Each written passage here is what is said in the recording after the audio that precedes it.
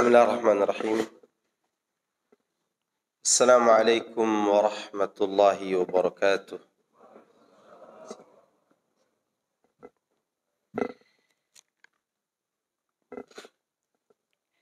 Innal hamdalillah nahmaduhu wa nasta'inuhu wa nastaghfiruh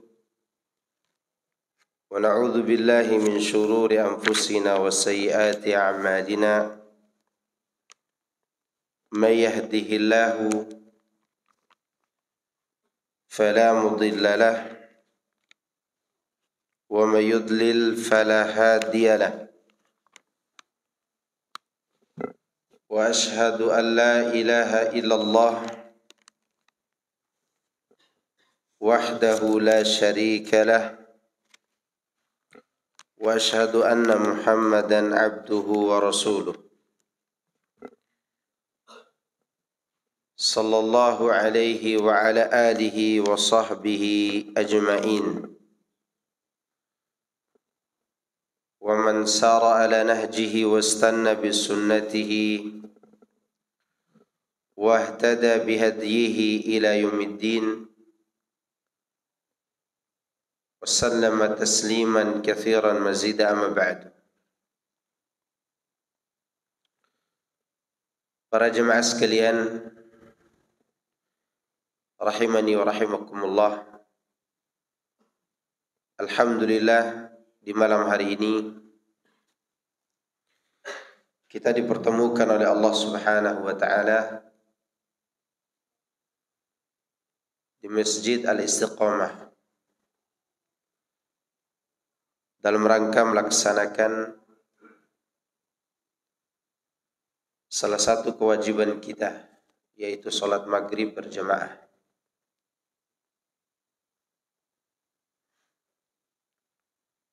Dan melaksanakan ibadah kepada Allah adalah salah satu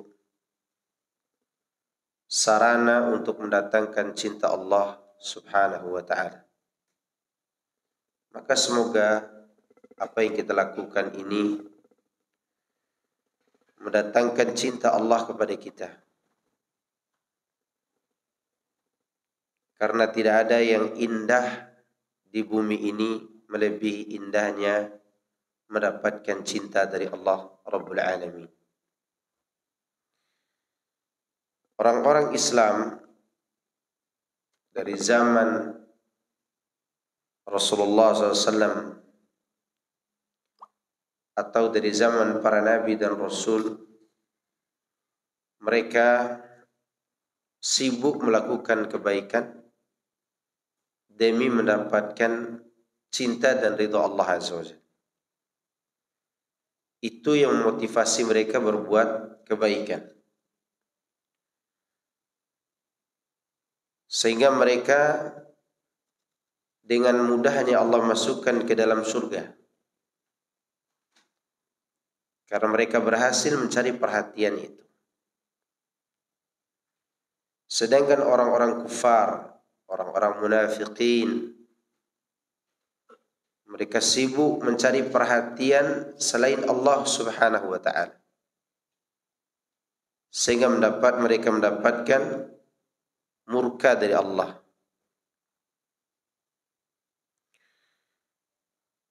Sebagaimana Rasulullah SAW menyebutkan,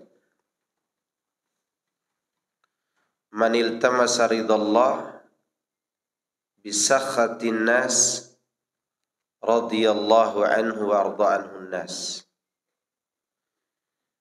Wa man iltamasa ridwan nas bi sakhatillah sakhitallahu alaihi wa askhata alaihi nas. Barang siapa yang mencari ridho Allah meski manusia murka kepadanya, maka Allah akan meridhoinya dan Allah akan membuat manusia meridhoinya. Sebaliknya, barang siapa yang mencari ridho manusia pada perkara yang dimurkai Allah,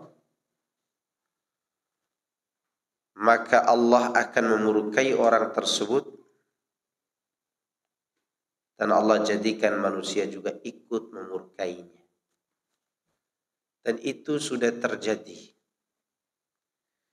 Dan sudah sering Allah ceritakan di dalam Al-Quran tentang orang-orang yang berhasil mendapat ridha Allah meskipun mereka disiksa, dihabisi oleh orang-orang yang tidak menyukai mereka. Ini dia istri Firaun. Dia tidak peduli dengan kemurkaan suaminya yang kafir dan zalim itu. Bahkan dia rela mati demi mempertahankan keimanannya, yang mana keimanan itu adalah sarana yang mendatangkan ridha Allah. Sampai dia mengatakan, "Idh qalat rabbi ibni li indaka baitan fil jannah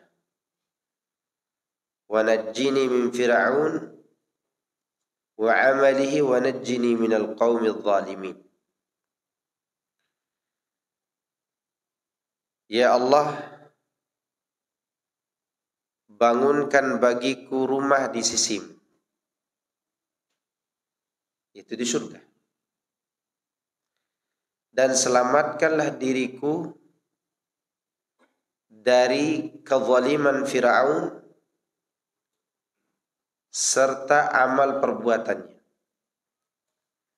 dan selamatkan aku dari kezaliman orang-orang yang berbuat kezaliman. Maka istri Firaun dimatikan di atas keimanan itu, dan dia telah dapatkan apa yang dia minta. Dari mana kita tahu dia telah dapatkan apa yang dia minta? Dari cerita Allah. Untuk apa Allah ceritakan kalau dia tidak berikan? Allah ceritakan bahwa dia telah menemukan apa yang dia cari itu.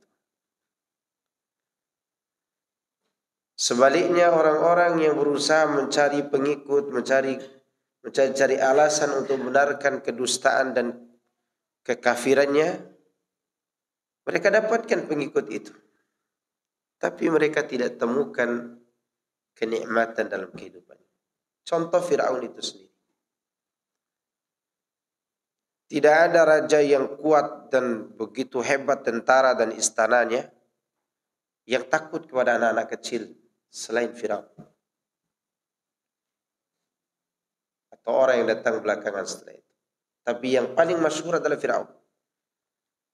Orang takut pada tentara, raja, dan orang-orang yang kuat seperti dia.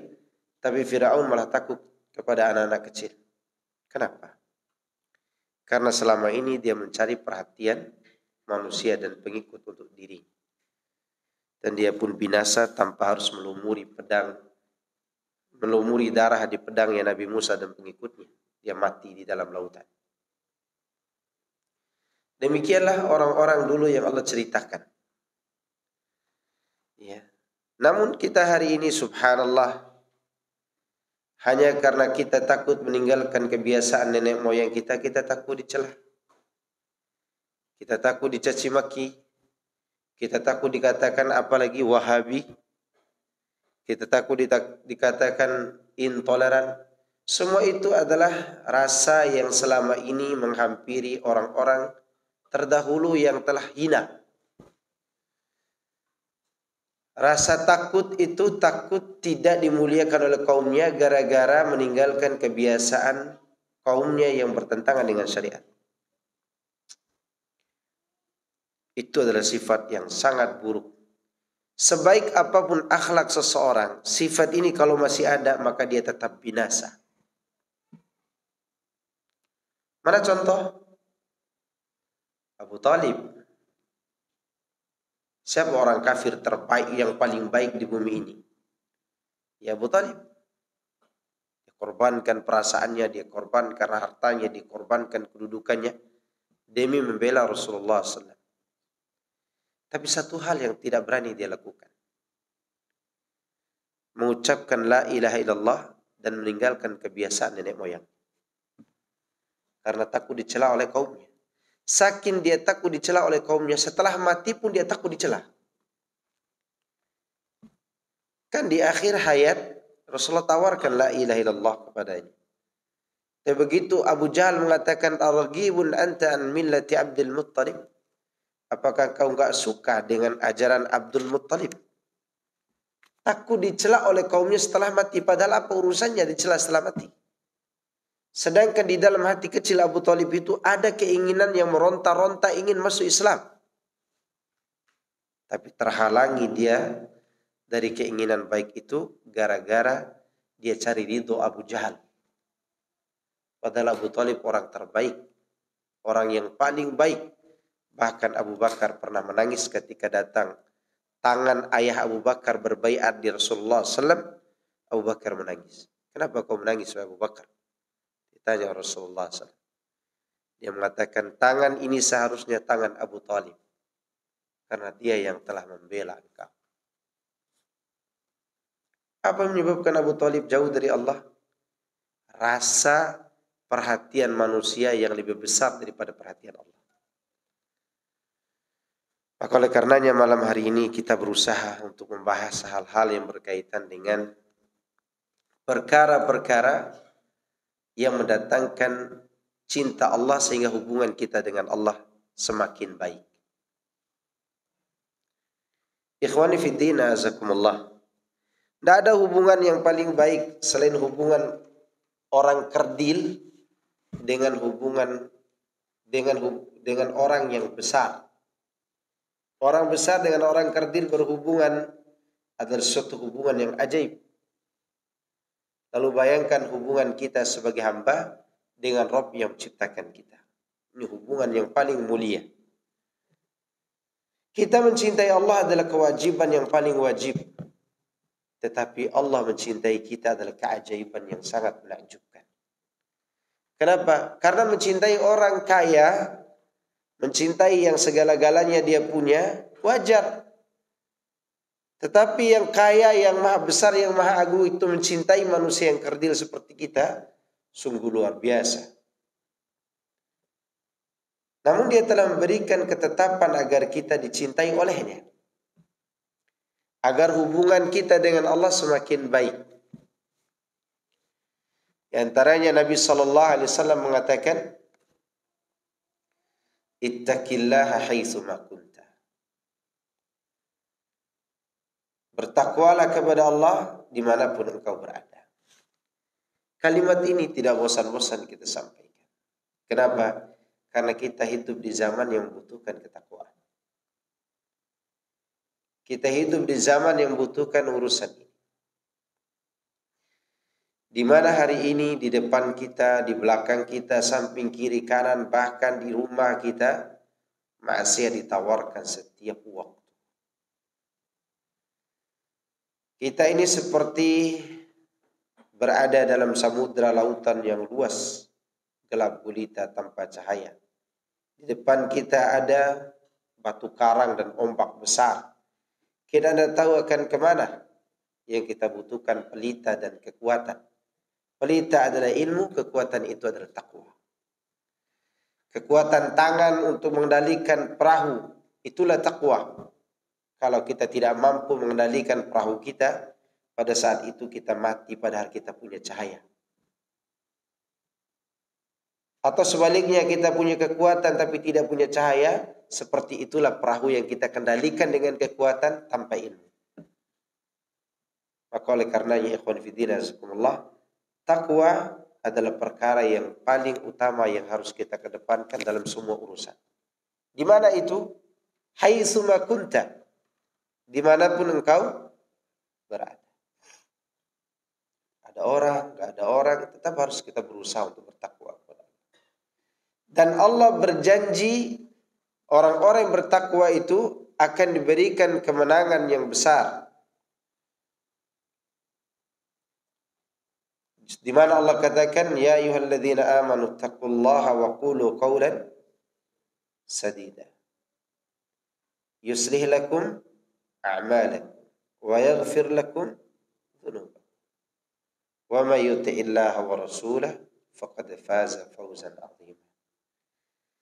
Di ayat ini Allah Subhanahu wa taala menyebutkan perintah takwa, sarana untuk bertakwa, hadiah takwa di dunia, dan bagaimana bentuk takwa itu. Allah katakan, wahai orang-orang yang beriman, dipanggilnya siapa di sini? Orang yang sudah punya ilmu, orang yang sudah punya pelita, orang yang sudah memiliki cahaya. Karena Allah memanggil ya ayyuhalladzina amanu, orang yang beriman itu berarti dia punya ilmu. Dia mengetahui tentang kebesaran Allah, dia mengetahui Allah Maha mendengar, Maha melihat, Maha segala-galanya dia tahu. Tapi Allah perintahkan setelah itu bertakwalah kepada Allah. Karena Allah tahu, walaupun kita berilmu, kita tahu dan seterusnya, belum tentu ada ketakwaan. Dan telah berlalu masa itu. Yahudi, dia punya ilmu enggak?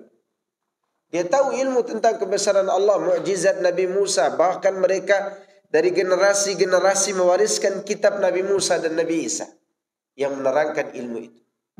Tapi yang tidak ada pada diri orang-orang Yahudi adalah ketakwaan mereka kepada Allah. Maka dipanggil di sini oleh orang-orang yang beriman, yaitu orang-orang yang telah memiliki pengetahuan tentang agamanya, bertakwalah kepada Allah. Dan ucapkan ucapan yang baik. Ini sarana. Di antara sarana untuk bertakwa itu adalah setelah kita disuruh untuk bertakwa dalam hati, kita disuruh untuk mengucapkan ucapan yang baik. Hadiahnya, yuslih lakum a'malakum di dunia ini. Di dunia Allah akan perbaiki amal kalian. Maka kata para ulama, kalau mau mengetahui seseorang itu dalam keadaan tersembunyi dia berbuat baik atau berbuat buruk, lihat ucapannya. Kalau ucapannya suka melaknat, suka mencaci maki, suka meremehkan orang, suka memandang enteng urusan orang lain, nah itulah dia amal yang dia sembunyikan. Kalau zahirnya dia suka berkata baik, mengucapkan ucapan yang baik kepada orang-orang yang ada di sekitarnya, menyampaikan kalamullah, kalam Rasul sallallahu alaihi wasallam, maka itulah yang tersembunyi yang tidak kita lihat. Karena Allah mengatakan setelah itu yuslih lakum a'malakum. Itu hadiah di dunia. Jadi amalnya semakin diperbaiki oleh Allah. Jadi antum jangan anggap hadiah terbesar yang Allah berikan di dunia kalau sudah punya rumah yang harganya di atas 10 M. Nah, itu belum tentu. Mau dia miskin, mau dia kaya, kalau amalnya semakin hari semakin baik, maka itu tanda ada balasan dari amal kebaikan. Kata Syekh Sa'di, fajazaul hasanah al-hasanatu ba'da. Balasan untuk kebaikan itu adalah kebaikan berikutnya. Kemudian Allah katakan, gimana nih cara bertakwa yang sebenarnya? Yaitu taat kepada Allah dan Rasulnya. Wa may yuti'illah wa rasulah faqad faza fawzan 'azima. Kalau menyuruh taat kepada Allah dan Rasulnya gampang. Tapi pelaksanaannya tidak gampang. Ya kan? Udah dibuktikan oleh Allah. Kalau para sahabat sami'na wa ata'na. Dengar, langsung taat. Makanya para sahabat itu tidak ada banyak nanya. Karena mereka ingin menjadi orang yang bertakwa kepada Allah. Kan inti dari ketakwaan itu taat kepada Allah dan Rasulnya di atas ilmu dari Allah dan Rasulnya. Dengan mengharap surga dan takut neraka. Itu inti takwa. Sedangkan orang Yahudi mengatakan sami'na wa asayna. Itu kan Yahudi. Kalau kita sami'na walakin. Kita dengar akan tetapi Pak Ustadz. Gitu kan. Iya enggak? Kan itu disebutkan oleh IR. Tahu IR kan? Idrus Romli gitu aja. Ya. Itu yang disebutkan oleh beliau di saat dia menyampaikan, iya tahlilan itu bid'ah mungkara, siapa yang meranginya dapat pahala, kan dia ngomong begitu. Tapi kan ada tapinya ekor itu. Tapi masyarakat sudah menjadi tradisi. Makanya dulu Yahudi mengatakan sami'na wa asaina. Para sahabat sami'na wa ta'na. Kita hari ini sami'na walakinna. Kami dengar akan tetapi kita ini mirip-mirip dengan sami'na wa asaina Yahudi. Ya enggak? Karena setelah akan tetapi itu ada pengingkaran terhadap sunnah dan menghidupkan perbuatan bid'ah. Gimana kita bisa menjalin hubungan baik dengan Allah dalam ketakwaan, sedangkan sisi ini cacat? Maka di awal muqaddimah saya akan sampaikan tentang bagaimana cara memperbaiki hubungan itu. Jangan takut perhatian manusia tidak kita dapatkan. Takutlah tidak mendapatkan perhatian dari Allah. Apalagi zaman sekarang, para dai itu kalau tidak berdakwah dengan gaya supaya dapat banyak jamaah, tidak berani dia menyampaikan kebenaran. Takut tidak dapat pengikut atau takut tidak diundang lagi. Ya kan? Itu yang paling ditakuti oleh sebagian orang. Padahal Allah mengancam loh orang-orang seperti itu.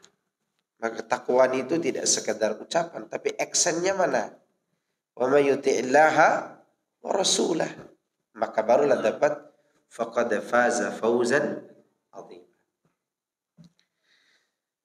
Kemudian Allah juga menyebutkan tentang balasannya di akhirat. Wa uzlifatil jannatu lil muttaqina ghaira ba'id. Hadza ma tu'aduna likulli awwabin hafidh. Man khasyar rahmana bil ghaibi wa jaa'a biqalbin munib. Dan surga didekatkan kepada orang-orang yang bertakwa, tidak dijauhkan. Kalau Allah katakan, ini loh yang dijanjikan kepada kalian. Itu bagi setiap orang yang selalu taat kepada Allah dan menjaga. Apa yang dijaganya? Dia jaga kemurnian agamanya dan menjaga diri dari dosa. Kemudian man khasyar rahmana bil ghaib. Saking kuat penjagaannya, yaitu orang yang takut kepada Ar-Rahman dikala dia sendirian. Hati-hati dikala sendirian. Jangan salah chat di jam 3 malam. Ya, chat sama mantannya, sama ininya. Takwanya mana? Ya udah umur 60 tahun masih sama mantannya pula. Udah mantannya bukan perempuan lagi mantannya, LGBT. Lebih parah lagi. Udah dosa dan nikmat. Maka man khasyar rahmana bil ghaib. Setiap orang yang takut kepada Ar-Rahman di saat dia sendirian. Bagaimana bentuk saat sendirian? Boleh jadi dia menjauhkan diri dari dosa, atau dia bangun malam untuk melaksanakan sholat malam karena dia takut kepada Allah. Itu termasuk sendirian juga. Wa jaa'a biqalbin munib, dan dia mendatangi Allah dengan membawa hati yang bertaubat. Apa hadiahnya tadi? Surga. Kemudian Allah katakan, udkhuluha bisalam. Kau masuk saja ke dalam surga itu dengan salam sejahtera. Dzalika yaumul khulud, itulah hari yang kekal. Lahum ma yasha'una fiha wa ladaina mazid. Di dalam surga mereka mendapatkan apa yang mereka mau. Di sisi kami ada tambahan. Apa tambahan? Tambahannya apa? Yang jelas bukan teh hangat ya. Tambahannya adalah bisa bicara langsung dengan Allah. Bisa mendengar salamnya Allah. Dan bisa melihat wajahnya.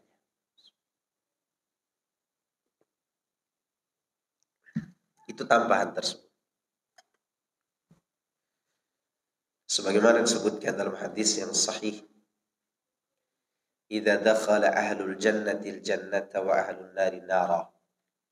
Ketika ahlul jannah sudah masuk jannah, dan ahlu neraka sudah masuk neraka, maka Allah berkata, ya ahlal jannah, wahai penduduk surga. Ini keterangan tambahan tadi. Penduduk surga mengatakan, labbaika ya Rabbana wa sa'daika wal khairu biyadaik. Iya ya Rabb, kami mendengar engkau. Kebaikan ada di sisi. Maka Allah bertanya, hal raditu, apa kalian sudah rela dengan pemberian ini? Kemudian mereka jawab, malana la narda. Kenapa kami tidak ridha ya Allah? Laqad bayyata wujuhana wa najaitana minan nar wa adkhaltana al-jannata wa a'taitana ma lam tuti ahadan ghairana. Gimana kami tidak ridha sedangkan engkau yang telah memutihkan wajah kami, engkau masukkan kami ke surga, engkau pula yang selamat kami dari neraka, dan engkau berikan kepada kami apa yang tidak kau berikan kepada selain kami. Allah bertanya, hal utitum afdala min hadha, mau enggak aku beri yang lebih baik daripada surga ini? Lebih baik dari surga, apalagi, kan gitu kan? Kita dikasih Bogor satu aja, kalau Ustaz Maskur buat ente Bogor gitu ya. Apalagi yang saya mau? Bogor sendiri, atau semua diusir. Apalagi? Dapat tanah 100 kali 100 meter itu udah dapat. Luar biasa, 2 kali 100 meter lah gitu ya. Dapat Bogor. Apalagi dapat jannah. Udah dapat jannah seluas itu, Allah masih tanya, mau gak aku beri yang lebih baik dari ini? Kata para penduduk surga, ya Rabbana ayyu syai'in afdalu min hadha. Apalagi yang lebih mulia dari ini? Allah sebutkan, uhillu lakum ridwani wala askhatu alaikum abadah. Aku akan halalkan semua keridhaanku kepada kalian, selamanya aku tidak akan pernah murka. Apa kita cari di dunia ini? Ridha Allah. Ternyata itu nikmat terbesar nanti di yaumul qiyamah. Dan bisa berbicara dengan Allah sebagaimana perkataan Ibnu Qayyim rahimahullah ta'ala. Apa sarananya tadi? Menjaga ketakwaan yang sampai pada tahap man khasyar rahmana bil ghaib. Sampai pada itu titiknya. Karena memang orang yang berilmu, beriman itu, kata Imam Ahmad, al-ilmu khasyatullah. Takut kepada Allah Azza wa Jalla. Maka hadiahnya tidak tanggung-tanggung. Udah surga yang seluas itu, ditambah lagi yang lebih nikmat lagi, bisa berbicara dengan Allah. Emangnya mudah bicara dengan orang besar? Antum bisa nggak langsung bicara sama Pak Jokowi? Nggak bisa langsung bicara dengan Pak Jokowi langsung ke atas, enggak. Kita harus melewati anjing pelacaknya, ya kan? Kita harus melewati pas pampresnya, grup C, grup B, grup A. Belum lagi tuh masih ada Pak apalah di sampingnya itu. Kita tidak bisa bicara langsung. Sekiranya Pak Presiden langsung katakan besok pagi Ustadz Maskur langsung ke istana ya. Ngapain minum kopi aja? Udah. Senang gak minum kopi? Senang. Walaupun sebagian orang tidak menyukainya. Tapi senang karena dia orang besar. Lalu bayangkan kalau kita diajak oleh Allah berbicara di surga. Bagaimana cara Allah berbicara? Tunggu aja nanti, tidak usah ditanyakan sekarang. Kan kita belum mati. Semoga kita masuk surga dan bertemu dengan Rabb kita. Dan semoga kita bisa berbicara dengan. Tapi ingat tadi Allah syaratkan wa uzlifatil muttaqin wa uzlifatil jannatu lil muttaqina sampai pada man khasyar rahmana bil ghaib wa ja'a biqalbi munib. Bukan berarti orang yang takut kepada Allah dalam kesendirian itu tidak berbuat dosa. Dia tetap melakukan pelanggaran, tapi ingat wa ja'a biqalbim munib. Dia punya hati yang selalu bertaubat ketika dia salah. Maka hadiahnya luar biasa. Hadiahnya luar biasa. Orang antum ada anak hafal Quran, lomba Quran 10 juz, dapat haji sama orang tuanya, bangga enggak? Bangga pergi ke Ka'bah sama orang tua gara-gara anak lomba baca Quran 10 juz. Lalu bagaimana kalau anak itu dengan hafalannya membawa orang tuanya berada di sisi Allah nanti di yaumul qiyamah? La ilaha illallah. Luar biasa. pantas hadiahnya jannah. Makanya Allah katakan lagi, gimana secara bertakwa itu? Tadi kan disebutkan man khasyar rahmana bil ghaib. Kaif? Gimana caranya? Allah sebutkan dalam suratul Naziat, wa amma man khafa maqama rabbih wa nahan nafsa 'anil hawa fa innal jannata hiyal ma'wa. Dan adapun orang yang takut kepada Rabbnya, takut kepada keagungan Rabbnya, kemudian dia mengekang hawa nafsu. Kata para ahli tafsir, orang tidak bisa mengekang hawa nafsu tanpa takut. Takut harus didahulukan baru bisa mengekang hawa nafsu. Ya. Maka hadiahnya, maka surgalah tempat kembalinya. Kalau kita belajar sampai seperti ini kondisinya, maka insya Allah satu tali hubungan kebaikan dengan Allah yang paling kokoh telah kita temukan. Kemudian yang kedua, di antara yang paling dicintai Allah dari perbuatan hambanya, yaitu melaksanakan kewajiban dan juga melaksanakan hal-hal yang sunnah. Bahkan kalau ada seorang hamba berhasil melakukan ini, kata Syekh Sa'di, maka dia akan tergolong orang-orang yang masuk surga tanpa hisab, tanpa adab. Sebagaimana Allah katakan dalam hadis qudsi, "Ma taqarraba ilayya 'abdi bi syai'in bimithli ma adama aftaradtu 'alaihi wa la yazalu 'abdi yataqarrabu ilayya bin nawafil hatta uhibbahu." Kata Allah, tidak ada sesuatu yang lebih aku sukai dari hambaku ketika dia melaksanakannya melebihi sukaku kepada kewajiban yang dia tunaikan. Jadi kewajiban yang kita tunaikan itu sangat dicintai Allah. Dan tidaklah hambaku senantiasa melaksanakan perkara-perkara yang sunnah sehingga aku mencintainya. فإذا أحببته كنت سمعه الذي يسمع به وبصره الذي يبصر به ويده التي يبطش بها ورجله التي يمشي بها. Jika aku telah cinta kepadanya, maka aku yang membimbing pendengarannya, penglihatannya, kemudian tangan dan kakinya. Dengannya dia melihat, dengannya dia mendengar, dengannya dia berbuat dengan tangannya, kemudian dengan kakinya dia berjalan kepada kebaikan. Itu atas bimbingan siapa? Bimbingan Allah. Semoga apa yang kita lakukan sampai ke masjid ini termasuk dari bimbingan Allah itu. Dan itu ada tanda bagi kita bahwa kita ini mendapat cinta dari Allah. Orang-orang kaya yang ini orang-orang kaya semua di sekitar sini. Banyak orang kaya, banyak orang kaya harta, dan ada juga orang yang kaya seperti Allah katakan ulaika kal an'am. Kayak binatang ternak. Tidak mengenal Tuhannya, tidak sholat, tidak beribadah kepada Allah. Ya, ada orang-orang kaya, orang-orang baik ada. Dia punya mobil Mercy, wajah ganteng, tubuh masih sehat. Bisa nggak dia berangkat ke bar, minum minuman keras, duduk bersama wanita-wanita cantik? Bisa nggak dia lakukan? Bisa. Tapi kenapa dia tidak lakukan? Bukan karena dia kuat dengan sendirinya. Boleh jadi itu adalah buah daripada cinta Allah kepadanya yang menghalangi dia dari hal itu. Padahal dia punya fasilitas. Kalau pemulung tidak sampai ke tempat-tempat maksiat seperti itu wajar. Apa yang dia punya? Untuk makan besok pagi aja dia masih mikir, apalagi untuk duduk dengan wanita cantik. Kecuali pengemis banyak uangnya. Ya bisa aja dia mabok-mabok, nanti besok pagi ngemis lagi.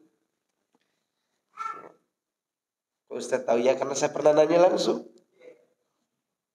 Gaji pengemis lebih besar daripada gaji pegawai negeri. 9 juta sebulan. Tahun 2010 tuh saya tanya. Tidak tahu tahun sekarang sudah naik BBM. Pelaku maksiat, pemilik harta, dia bisa berbuat maksiat, tapi dia terhalang dari dosa. Karena dia punya bimbingan dari Allah Azza wa Jalla, mendapat bimbingan. Mungkin dia rajin ke masjid, dia mungkin malam hari tidak dilihat orang, dia bangun, dia sholat malam untuk menghadap kepada Tuhannya. Sejalan dengan beriring waktu, mata, telinga, kaki, tangannya selalu dibimbing kepada kebaikan. Apa rasa ingin berbuat maksiat itu hilang? Enggak. Siapa di dunia ini yang tidak punya rasa ingin berbuat maksiat?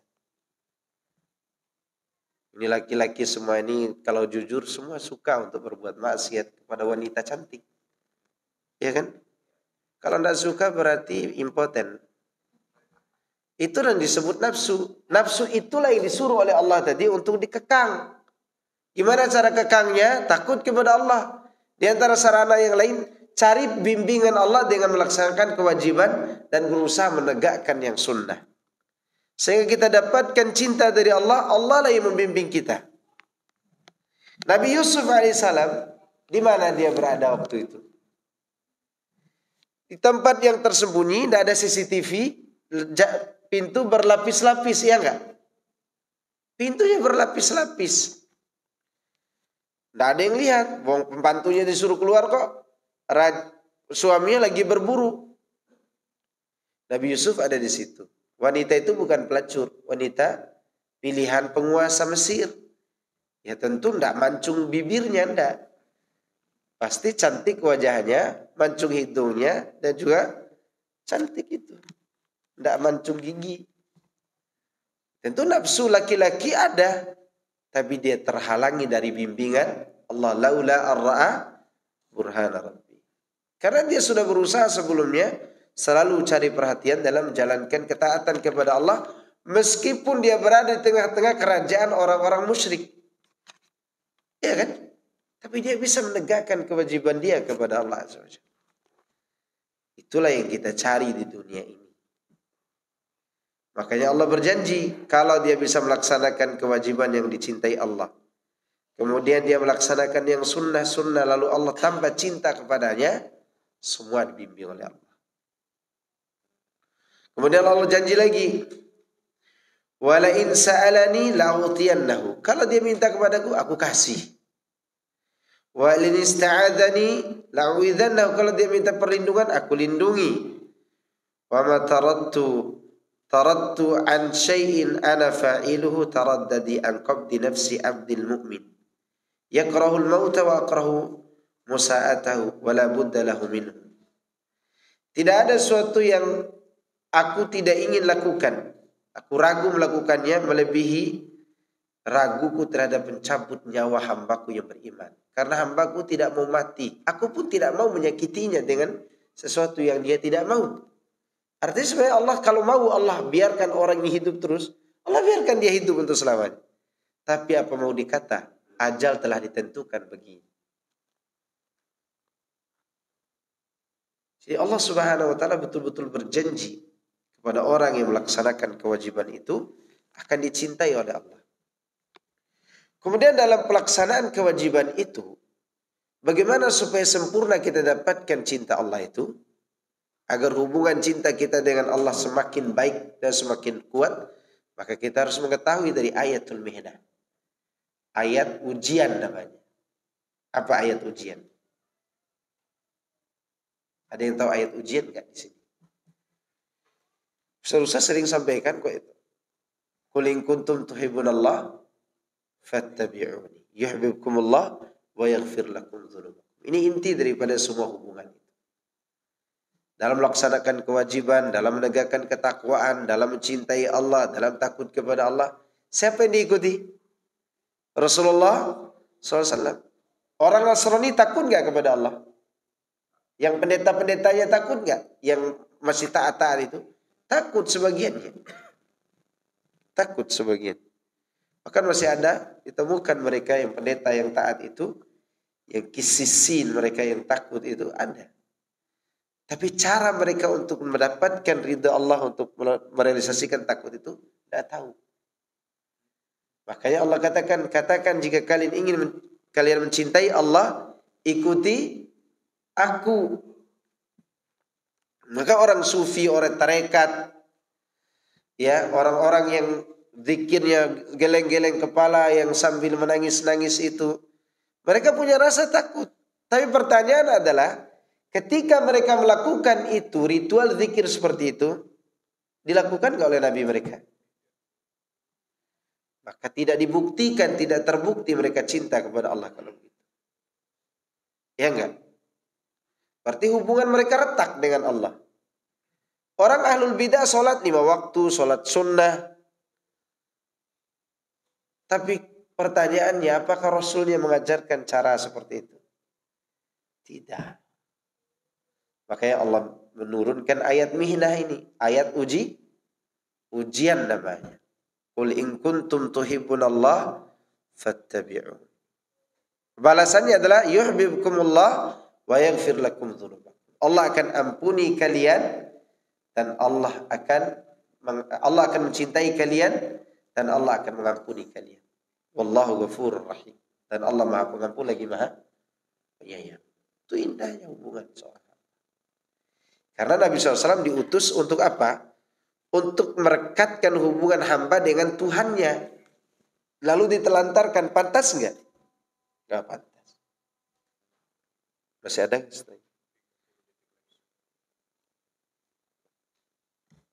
Maksudnya setelah adzan ada kan?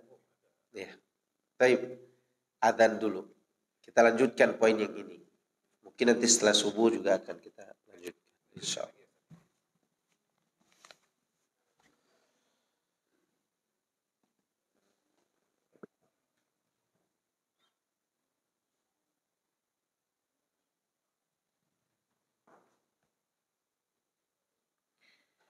Alhamdulillah, sallallahu wasallam ala nabiyyina Muhammadin wa alihi wa sahbihi ajma'in.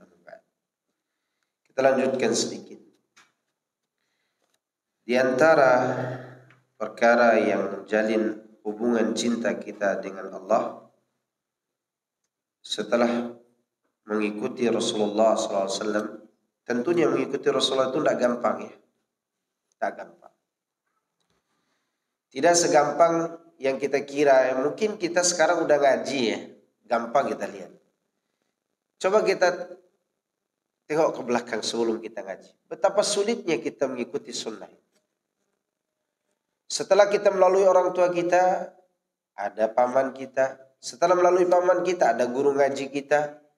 Setelah melalui guru ngaji kita, ada tokoh-tokoh masyarakat, ada orang kampung, ada ucapan-ucapan yang membuat kita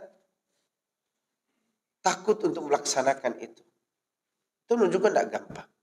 Makanya Allah beritahukan cara-caranya agar kita berusaha untuk terus mengikuti Rasulullah SAW agar hubungan ini tidak retak. Orang kalau sudah retak hubungannya dengan Nabi, dengan sunnah Rasul, maka hancurlah hubungan dia dengan Allah. Sehebat apapun dia zikir, sehebat apapun dia bersolat, sehebat apapun dia melakukan ibadah-ibadah yang lain, tetap Allah tidak akan suka kepadanya. Lihat perkataan Sa'id bin Musayyab kepada seorang laki-laki masuk masjid di waktu subuh. Dia sholat sunnah subuh 4 kali. 2. Sudah masuk masjid. Maka ditegur. Sudah begitu lama lagi sholatnya. Sholat sunnah. Ditegur Sa'id bin Musayyab. Setelah ditegur dia protes lagi kepada Sa'id bin Musayyab rahimahullah. Kata orang tersebut, ya Abu Muhammad, wahai Abu Muhammad, ini kunyah buat Sa'id bin Musayyab. Apa ya? Allah itu mengadab saya gara-gara sholat yang saya lakukan. Kata Sa'id bin Musayyab rahimahullah, Allah tidak akan adab engkau gara-gara sholat. Tapi Allah akan mengadab engkau gara-gara kau menyelisihi nabimu di dalam melaksanakan sholat. Ada arti nggak ibadah itu? Nggak ada arti. Kalau ibadah yang tidak ada artinya, maka terputuslah hubungan dia dengan Allah. Tidak jadi dia orang bertakwa, tidak jadi dia orang yang melaksanakan kewajiban, tidak jadi dia orang yang melaksanakan sunnah. Kenapa? Karena salah jalan cara melaksanakannya. Makanya Ubay bin Ka'ab mengatakan, sederhana melaksanakan apa yang Allah dan Rasulnya perintahkan, itu jauh lebih baik daripada semangat tapi menyelesaikan sunnah. Jika engkau semangat melaksanakannya, maka lihat kondisi. Apa kau berada di atas sunnah atau tidak? Begitu. Ini perkataan Ubay bin Ka'ab. Kenapa Rasulullah itu selalu mengatakan kullu bid'atin dhalalah wa kullu dhalalatin finnar? Bukan karena ingin melecehkan kaum muslimin, bukan. Atau ingin mengejek amal mereka, bukan. Tapi Nabi SAW ingin menyelamatkan hubungan dia dengan Allah. Dengan cara singkirkan semua itu, ikuti Nabi Anda. Makanya sekarang yang takut disampaikan oleh para da'i-da'i kondang. Ada satu kata yang takut disampaikan oleh mereka. Tapi ada satu kata yang samar. Apa yang samar itu? Cintai Rasulullah dan para sahabat. Ya kan? Kalimatnya samar sebenarnya. Semua orang bisa berbicara begitu. Mau dia teroris, mau dia kelompok ini, kelompok itu. Ya kalimatnya cintai Rasulullah dan para sahabat. Tapi yang jarang kita dengar adalah mari kita beragama sesuai dengan mengikuti Rasulullah dan para sahabat. Sering gak kita dengar ini? Sering kita dengar ini dari mulut mereka. Kenapa? Karena akan ditanya, Maulid Nabi ini siapa yang melaksanakan? Ada nggak Rasul Anda melakukannya? Kan begitu pertanyaan kita.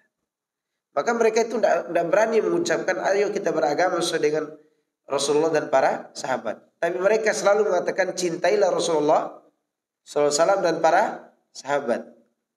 Ya, itu yang berani mereka lakukan. Tapi agar kita bisa merdeka daripada perbuatan kebiasaan orang tua kita sehingga kita bisa mengikuti sunnah Rasul, Allah menyebutkan begini dalam surah Al-Maidah ayat 54. Ya ayyuhalladzina amanu may yartadda minkum an dinihi fasawfa ya'ti Allahu biqaumin yuhibbuhum wa yuhibbunah adillatin 'alal mu'minina a'izzatin 'alal kafirin yujahiduna fi sabilillah wa la yakhafuna laumata laim.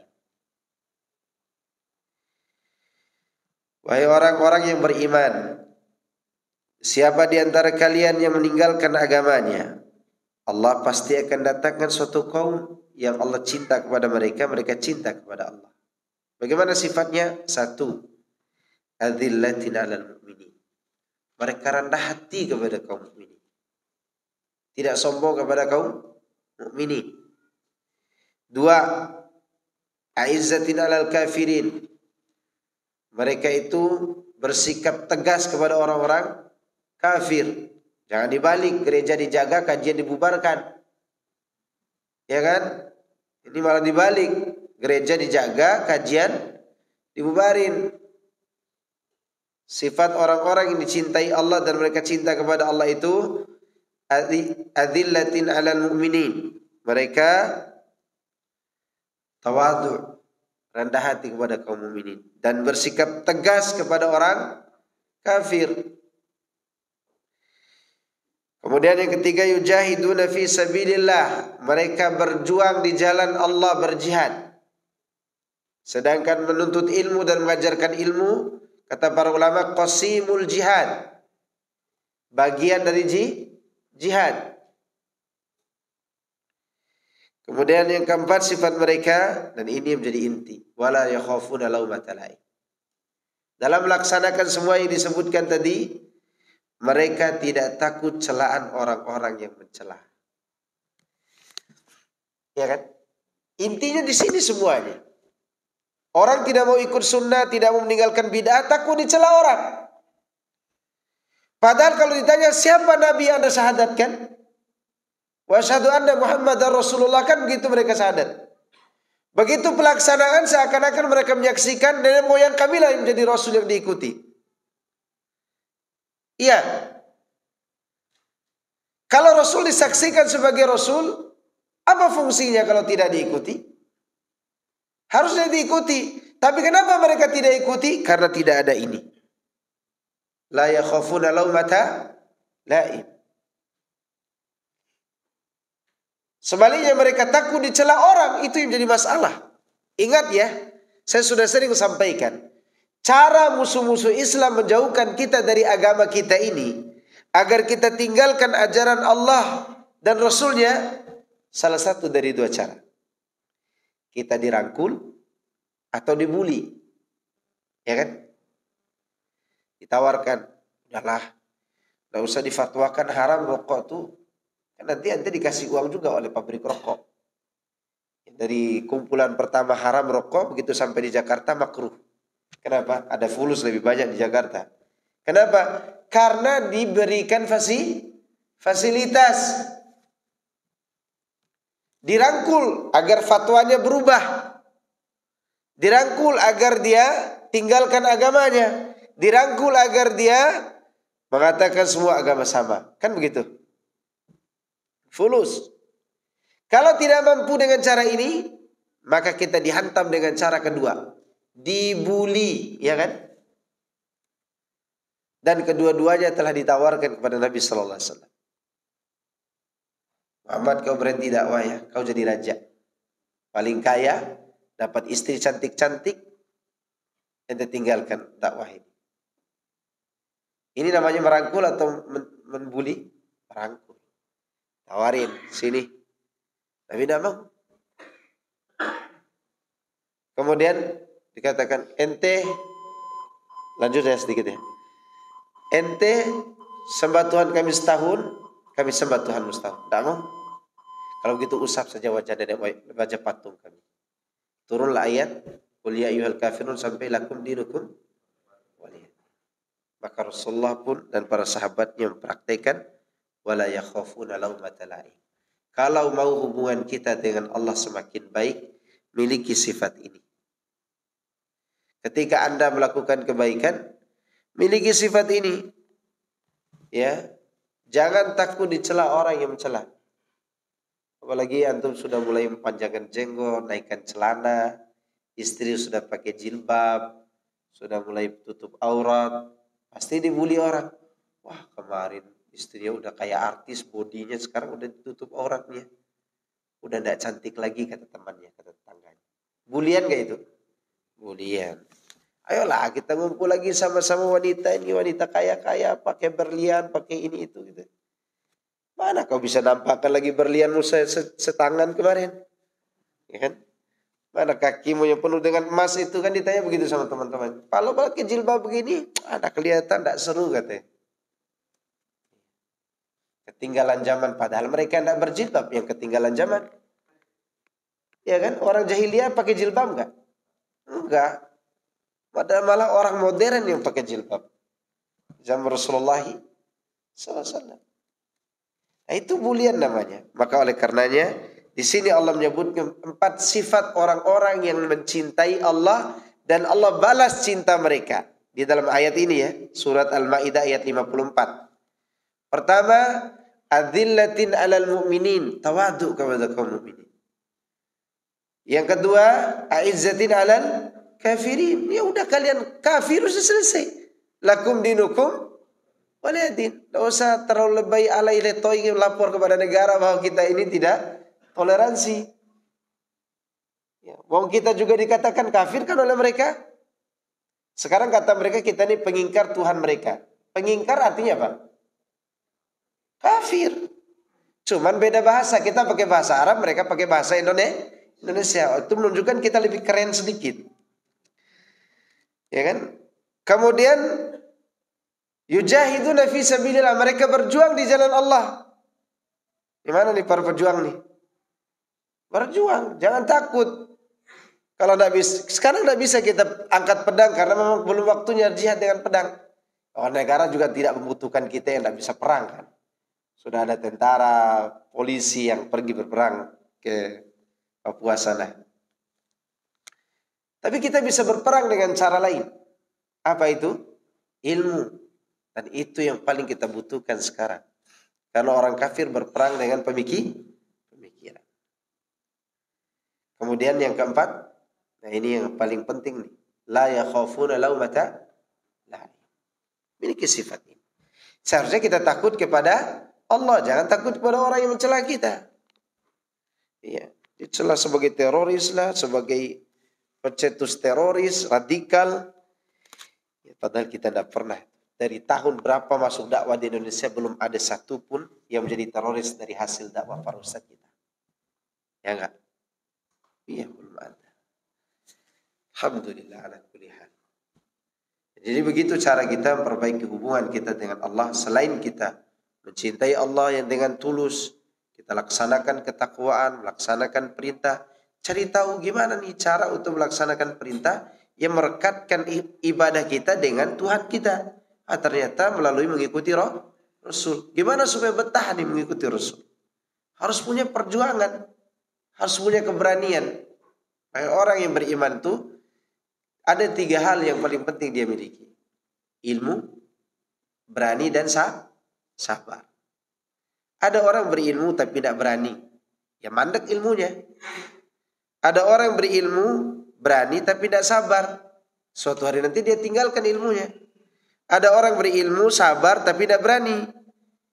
Ya tidak bisa ngapa-ngapain. Harus berilmu, berani, dan sabar di dalam melaksanakannya. Sehingga apa yang terjadi? La yakhafuna laumata laim. Sekira cukup. InsyaAllah kita lanjutkan subuh nanti. Kalau Allah masih berikan umur kita sampai subuh. Kan kita hanya mohon kepada Allah. Semoga Allah berikan kita umur dalam kebaikan ini. Karena Allah tidak suka mematikan kita sebenarnya. Orang beriman itu tidak suka mati, maka Allah tidak suka. Tapi apa mau dikata, ajal telah ditetapkan. Subhanakallahumma bihamdika asyhadu an la ilaha illa anta astaghfiruka wa atubu ilaik. Assalamualaikum warahmatullahi wabarakatuh.